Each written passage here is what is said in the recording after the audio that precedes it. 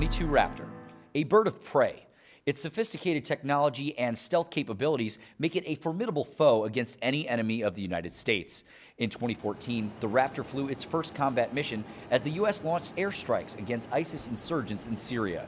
Putting bombs on target may look like child's play on TV, but in reality, getting a bird from ground to air is a lot harder than it seems. Tyndall Air Force Base, Florida. Once an Air Education and Training Command asset, Tyndall has been home to every F-22 pilot in the Air Force. If you're going to get into the F-22 community, it starts here in the 43rd. This is Raptor country. It's king of the hill. It's the best airplane man's ever made, without a doubt. I used to fly the F-16. It's a phenomenal fighter. It still is. It's unbelievable. The F-22 is just a step even greater than that. There's nothing in the sky that can match its capability. The emotion that you have is one of, A, I can't believe I get to do this. And then I do distinctly remember just being amazed at how much I could see and observe and the freedom of maneuver that you have that you just don't have on the ground. After the first one, I was amazed at that freedom of maneuver, and then I was really happy to be back on the ground. You see everything that's going on. The enemy doesn't see you. It's a completely unfair fight, and it's great to be on this side of it, that's for sure. It's only been a few years since Tyndall has become an Air Combat Command asset, but its mission has always been in the sky. It's always been in the fighter business and has always been in the training business here at Tyndall. When I was last stationed here, I left here in 2010, and at that time it was Air Education and Training Command. It had a unique training role. So that aspect of that it was and still is extremely important. It's the only F-22 training unit on the planet, and it trains aircrafts that fly a very small fleet of unique fighters, and so we got to get that right, and we do. Tyndall's mission is twofold. They are teaching airmen to launch and recover F-22s, but at the same time, staying ready to fly combat missions with lethal expertise. The challenge is to be able to do both of those missions and keep the balance of your wing assets and your wing focus on both of those things. The training mission is critical, and it pays dividends in the long term, whereas the combat mission potentially is much more short term, and the squadron could deploy at a moment's notice.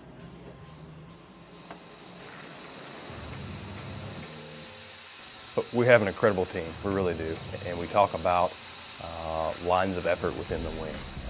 And so each individual in the wing really plays a role in probably all those lines of effort, although they're more heavily invested in one than the other. For example, an instructor in our training squadron is heavily invested in training the future of air dominance, but they play a tangential role in each of those other lines of effort. Lori Bort. I'm an instructor air battle manager here at the 337th Air Control Squadron. As an air battle manager instructor, I'm training the next generation air battle managers to work with international officers and perform any mission that the Air Force has tasked for us.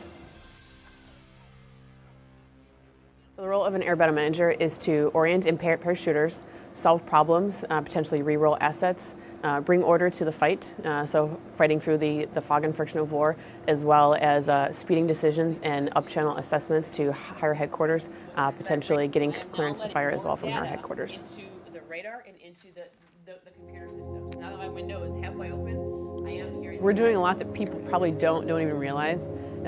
So things like we'll do humanitarian operations, potentially helping out some of the civilian aircraft. We're usually over Super Bowls, making sure that nothing is going on that shouldn't be. If there's any presidential ops, we potentially could fly on those and help those. And then obviously we've got counter-drug ops that we'll work in South America on. And then obviously Iraq and Afghanistan, we're still there each day in the fight. There's people deployed all the time.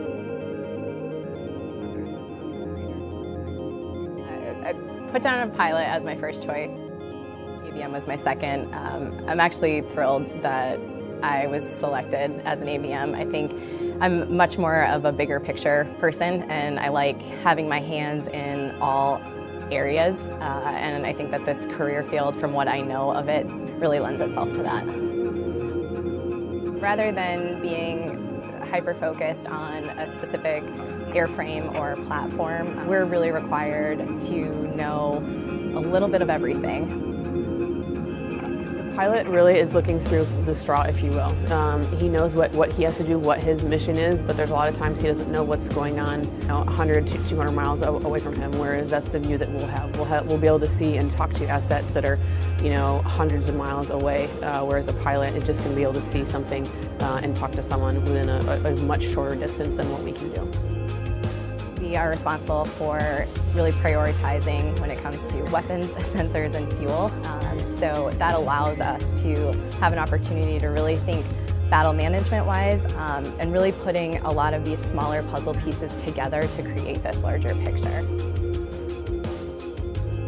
There are times where, when I was deployed, we did have the opportunity to kind of hear some of the stuff that was going on the ground. So when you can hear the troops on the ground actually running for their life, and you're trying to direct an aircraft in there to help pull them out and get them out as quick as possible, that kind of gives you a purpose as to what you're doing there.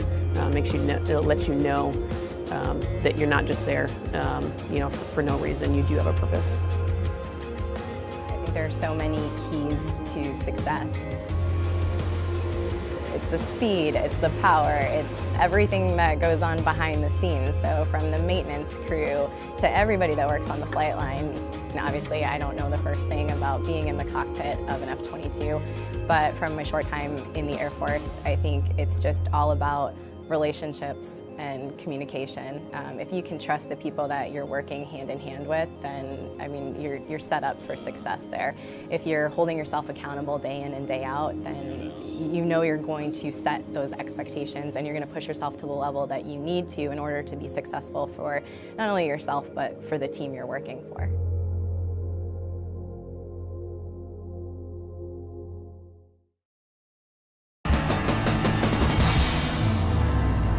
The F-22 is agile, fast, and stealthy, but none of these capabilities matter if we can't get it off the ground. And the airmen who work around the clock to make sure these jets are ready to fly know that the end result is worth every drop of sweat. Is that good? Yeah?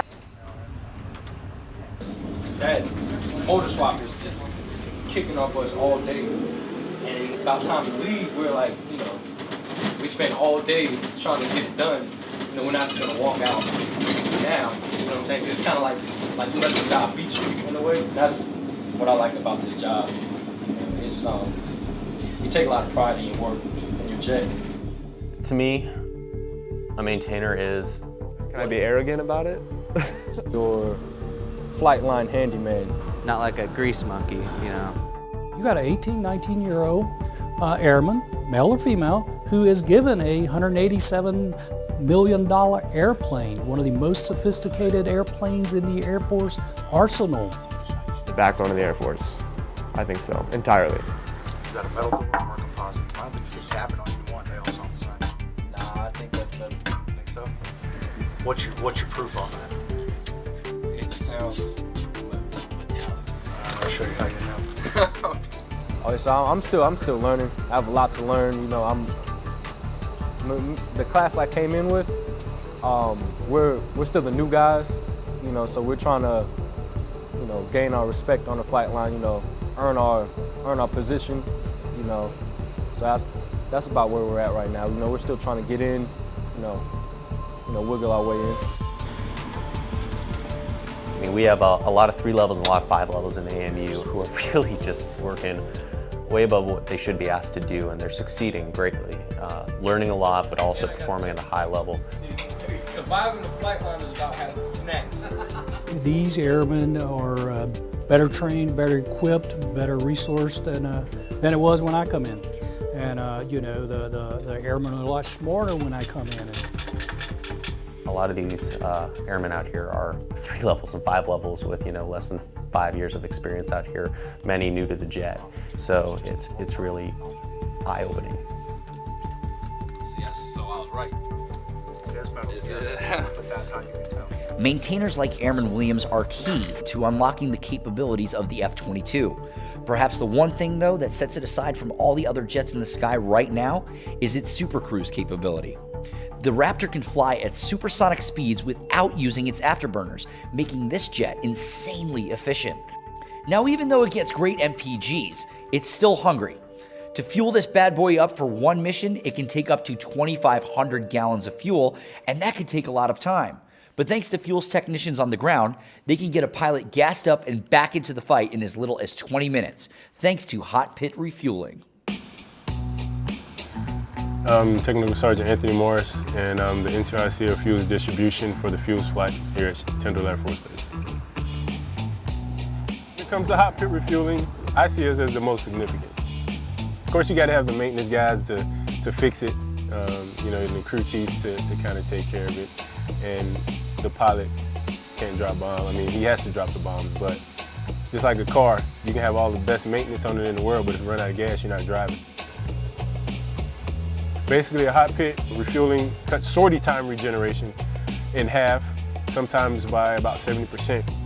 If we're in a wartime situation or any other situation where we got to get aircraft back airborne to be able to go do their mission wherever they're needing to go, we fuel aircraft with engines running.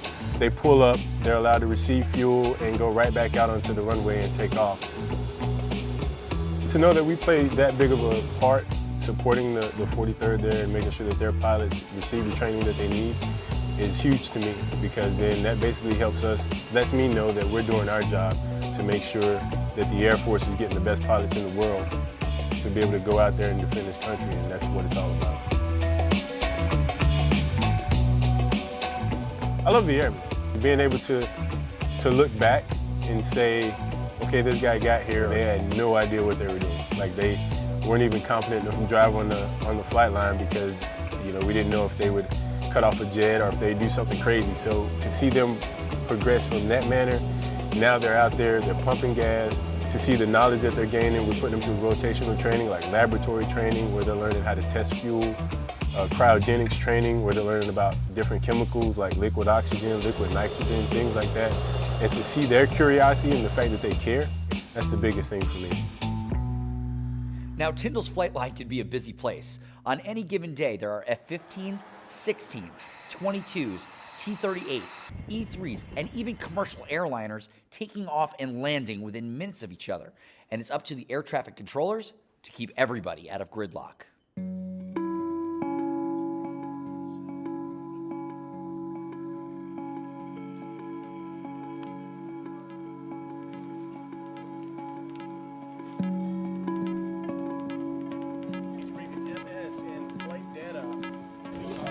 I'm Tech Sergeant Bryce Hamilton, and I'm Air Traffic Controller.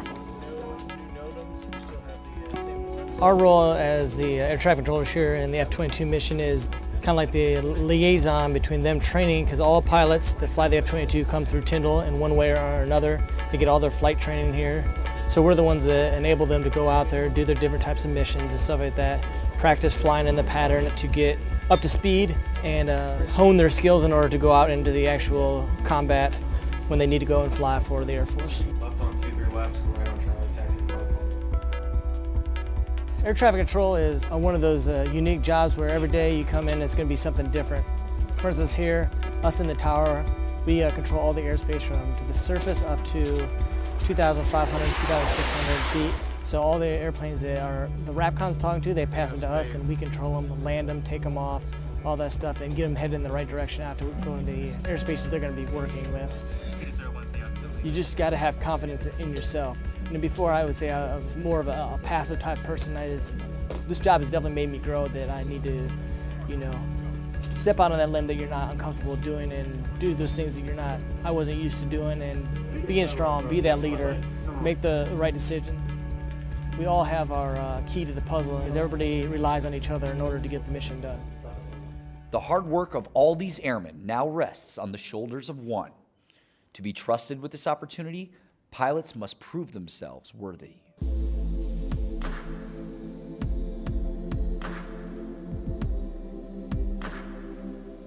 The kid in me comes out every time I look at that jet. It's just a huge piece of machinery. It looks like a big toy.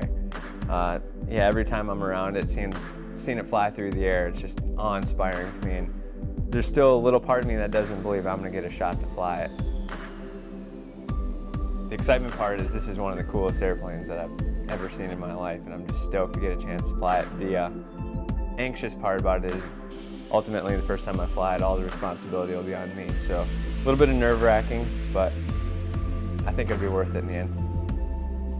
You know, I wanted to be a fighter pilot since I was a real little kid. I remember building models of F-16s and going to see air shows with the Blue Angels and the Thunderbirds, and I thought it was the coolest thing. My parents were both in aviation. My dad was a pilot.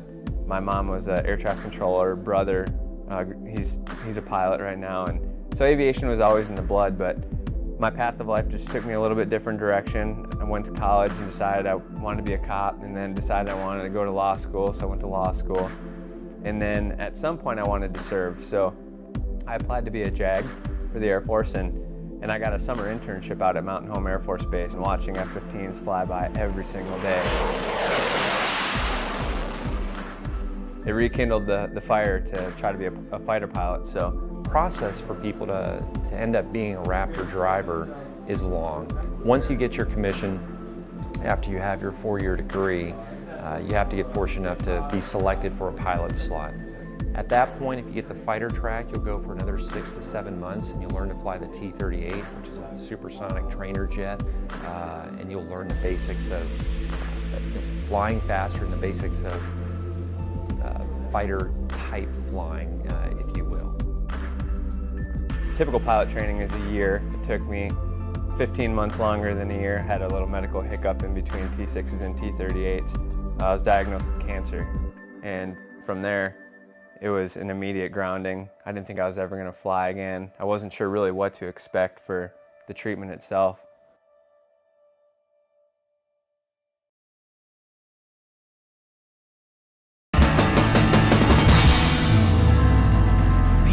Fighter pilot is one of the most physically and mentally demanding jobs in the world. Something as little as colorblindness can end your career before it even begins. For Captain Robert Hansen, his journey was just beginning when he found out he had cancer. I didn't think there was anything wrong, to be quite honest. I had one small lump on my neck, and Robin's parents are in the medical field. Her dad's a doctor and mom's a nurse, and they both took a look at the lump and they said, hey, you should probably get it checked out. And this was after I had said it like 3 times. True, I'm just saying. True. Yeah. After the T6 phase was complete, I went and saw a doctor, and they sent me to a specialist who took some biopsies of the lump itself. And ultimately, it was inconclusive until I'd started T38, and I got right into the T38 training, about to solo the jet. And the news finally came back that it was cancer. It was rough, but knowing Rob, he never felt sorry for himself. He never got depressed or anything. It was what you would expect when you've been diagnosed with cancer. But he never really was like, oh, woe is me, and played, you know, this sad card. So it was a struggle for me to watch him deal with not knowing where he stood with the Air Force. He wanted to be a pilot. That was his dream. That's what he wanted to do, and now it wasn't necessarily in the cards. And that was really hard for him to watch that slip away, because he would see in his eyes it just wasn't, he just didn't know. And not knowing is the hardest part sometimes.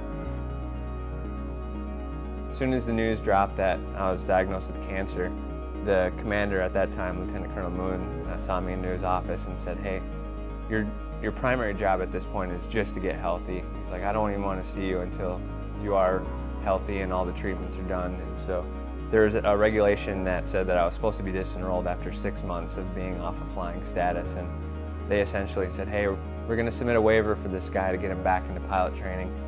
And we're not going to disenroll him until we hear back on that waiver. And that was a huge blessing for me too.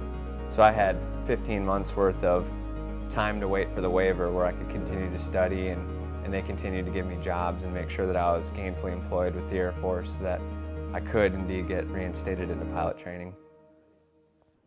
After 15 months of chemo and radiation treatment with his wife by his side, Captain Hansen beat cancer and went right back to pursuing his dream of flying. It's been an emotional roller coaster in some ways. Really high, like high highs with the You know, he almost got to solo the T-38 before he was diagnosed, and then he was diagnosed, so low. Then he beat the cancer, and then we didn't know if he was going to get back in, and that would have broken his heart, which would have broken my heart, and then he got back in, and then, you know, here we are. About to get really, really high again. That assignment night was pretty cool too when really we finally, emotional. just the moment when it was finally my turn to get my assignment, and I'm in front of this big crowd, and yeah, there's some instructor pilots that are basically telling the crowd some of your mistakes in pilot training, and so you're just sitting there, and I had a little bit of a buzz going and a little bit anxious and excited, and the moment was finally about to arrive, and the SNR, the Senior National Representative, gets to announce what aircraft I get, and so. His quotes, I think the standards must have changed since the last time I flew. Yeah, I think that was 2011. He's like, who's in? Colonel Himmel, what's he going to fly? They have 22!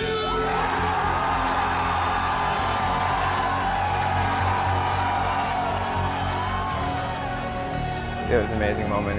I think until the next morning when I saw the patch on my flight suit that they gave me on assignment night, I don't think it really quite set in that I was going to get a shot to fly the Raptor. Among the roughly 30 pilots that were in his class, some got F-15s, some got F-16s, and some got B-2 bombers. But Captain Hansen was the only one that got told that the F-22 would be his. But if you ask any maintainer, they'll say the jet isn't his, it's theirs. Yes, sir. How's 8-9 doing? How's 8-9 doing? So when's that flying again? 8-9? So that's my jet. Well, as a crew chief, you take pride in your jet, you know, because that's, at the end of the day, the crew chief owns that jet. My jet is aircraft 107. Aircraft 93. Aircraft 81. 94. 72. 76. 91. My jet is aircraft 105. My plane specifically, it's beautiful. I call my jet the ugly duckling because it's not the prettiest plane, the LO's real damaged on it, but it never really breaks. So, you know, when another jet needs a part, they know they can can it from A9. It's gonna show something about your personality and your character. If your jet's clean, looks good all the time. It'd be like on your car. If you notice your engine oil light's on, well, hey, maybe I need to add some engine oil, but you just keep driving, you know. You're neglecting your vehicle. You wouldn't do that to a sports car. Why would I do that to my jet out here? Every time I'm put out on my jet, I wash it. I scrub down the whites. I wash any dirty part of the jet I can see.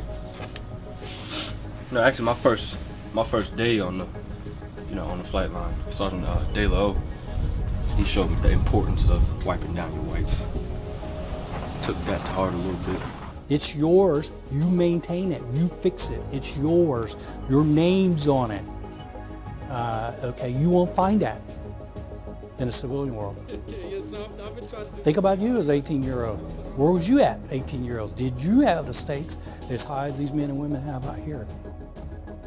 APU! And, you know, every day once you put a pilot in the air, that pilot's life is in your hands. So that's very gratifying, knowing that, you know, you're keeping somebody safe. Even though, you may not always think of it that way, they may not always think of it that way, but it's always, that is the case. You know, you hold somebody's life in your work. For Captain Hansen, it's taking the support of literally hundreds of airmen across a multitude of career fields over the last 6 years to get to this point. Finally, the day has arrived where Captain Hansen will take his first flight in the F-22 Raptor.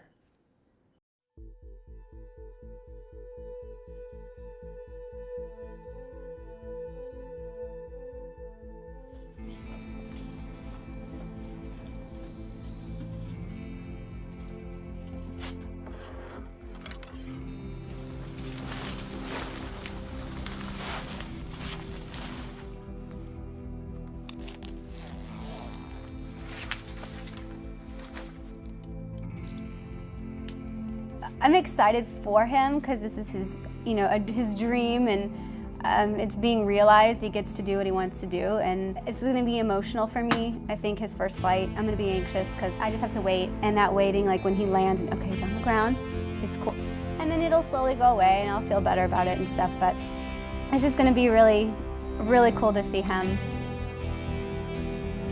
climb that mountain finally, I guess. Because it's been a rough go. But I'm also really proud of him for all the hard work he's put in. He's worked really hard to get here and to get this plane. And it's really cool to see him excel in what he's doing.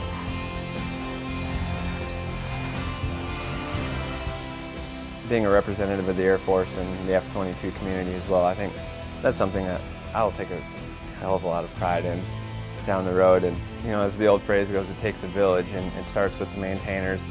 Make sure the jet's ready to go. The instructor pilots in both the academic arena, getting us prepared to go to the flight line. The instructor pilots teaching us what the expectations are on the flight line. Air traffic control towers, ground crews, there's radar controllers out there.